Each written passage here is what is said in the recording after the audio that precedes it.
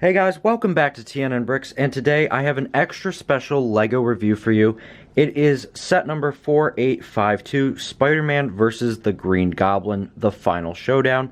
This set released in 2003, has 360 pieces, 4 minifigs, and retailed originally for $50. I also want to say thank you to N for rebuilding this set, as well as thank you to one of our friends for giving us this set, and we were able to rebuild it out of the pieces. And here it is today. So let's jump right in and start with the build. So you can place minifigures, of course, throughout this scene. It's recreating that New York bridge battle between the Green Goblin and Spider-Man, and it's where the Roosevelt Island tram sort of monorail vehicle is stuck and suspended, and Spider-Man has to save everyone. And this was also from the original Sam Raimi films. So in this set, you get these older, larger pieces right here, which include the ramp, and you get 2 of these, and you also get 2 middle sections here. Enough room for a 4-stud wide car with those tires sort of sticking out, but we'll take a look at that build. There aren't actually a lot of reviews of this set out there, so it's also another really cool set that we were so lucky to get. I also want to mention that there might be these color differences, like in the gray, because LEGO had an older gray before we got the bluish gray that we are used to seeing in a lot of sets now, and that's sort of the new color. I just like the way this looks right here with the car, and then you also have the tram. And then sliding it over here, there are these cranks on both sides of the build, and you can use those on either end to make the little tram go from one side of the bridge to the other. It's such a cool play feature. This rubber band is harder to find. I think it may have only come in this set just for this purpose, and it works really well. This is such a smooth little crank piece, and these wheels here are some of the older train wheels that we don't see anymore in these sets. I also like the little cab. It looks really good. You can fit some minifigures in there and just remove this like that. It comes off the tracks, and then you can lift up these little cab sections here and fit some minifigures that Spider-Man has to save so he can be positioned on the other side of the rails. There are 2 studs up here with those longer beam pieces. So now we're going to show you the bridge. So I changed up some of the lighting too, so you could see these stickers here are on some larger block pieces, and they just add more detail to the build. There's also these little railings here, and you can also have the car drive up from one side, and once you get it right to the top of that ramp, it can slide back down. There's these little dots here for some green and red lights, just to tell you which way maybe the tram is going or if the bridge is safe to cross. Here is the taxi build. This does have some stickers up here and on the sides, and you can fit only 1 minifigure. So I know the newer LEGO City taxis, you can actually fit 2 minifigs, a driver and a passenger. No license plate on these cars right here, but still it works well. It rolls smooth, and it's sort of a simpler build. I gotta say though, this tram looks great in terms of how it was designed for the pieces that they had available. You can also put the Green Goblin's glider up there on these studs or wherever you'd like. And here's Mary Jane, and we'll take a look at the minifigures as well. You can also have Spider-Man swinging on one of these web pieces, and this is something that has appeared in other Spider-Man sets before. So now let's move on to the minifigs. So our first 2 minifigures are Mary Jane and the taxi cab driver.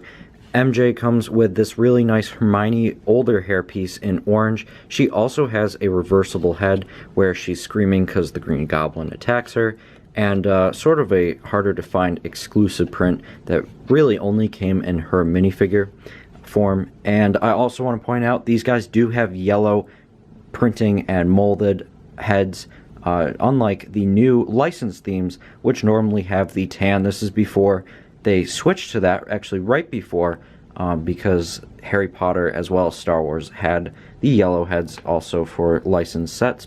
You also get the taxi cab driver, who just uses standard prints, and this head print we actually haven't seen in many sets recently. but they're still cool. The next minifigure is the Green Goblin, and he is a very cool looking minifig to get.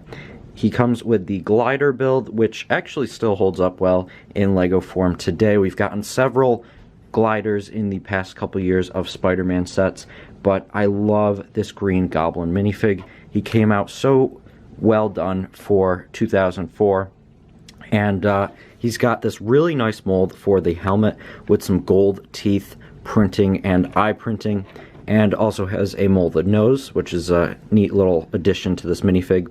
And he also has really intricate back printing to him too. And if we lift this up, he's got this sort of smiling face there, which is yellow print on a green head, so that's kind of neat. It's the same thing that they do with the Batman minifigs. And then the glider also uses some chrome arrow pieces, and you can of course position these up or down, and these can come off too. You can modify this, of course. And then the final minifigure is Spider-Man, who comes with some really nice printing, some chrome sort of metallic look to it, and it's really detailed. I haven't gotten one of these sets before, so this is my first time getting this older Spider-Man minifigure, but it just looks so good. Lego did such a nice job with this, and these are really good minifigures for the time before Lego has really done a lot of intricate printing. So here is our set all together. I want to say thank you again to N for rebuilding this. It was pretty much in pieces, but he was able to rebuild all of it exactly. We actually got the instructions included in the set as well, so I just want to show you guys that. This is how the set would look also on the box art.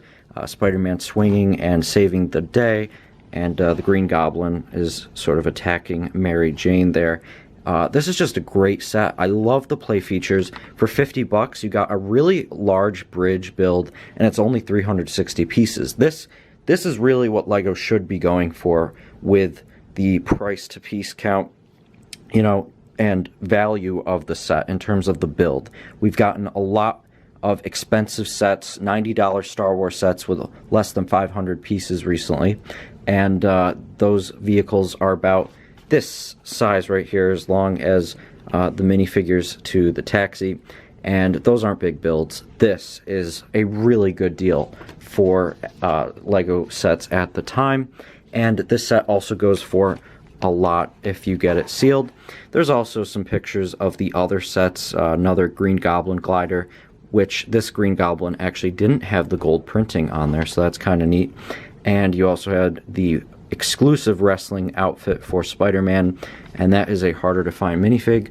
And then you also have the lab transformation, which did come with the Green Goblin helmet there with the print, so that's really cool. This set, though, is definitely one I'd recommend. If you have some older Spider-Man sets, they were really good, and I'm so glad that I finally was able to get one. So thank you to N and our friend for giving us this set.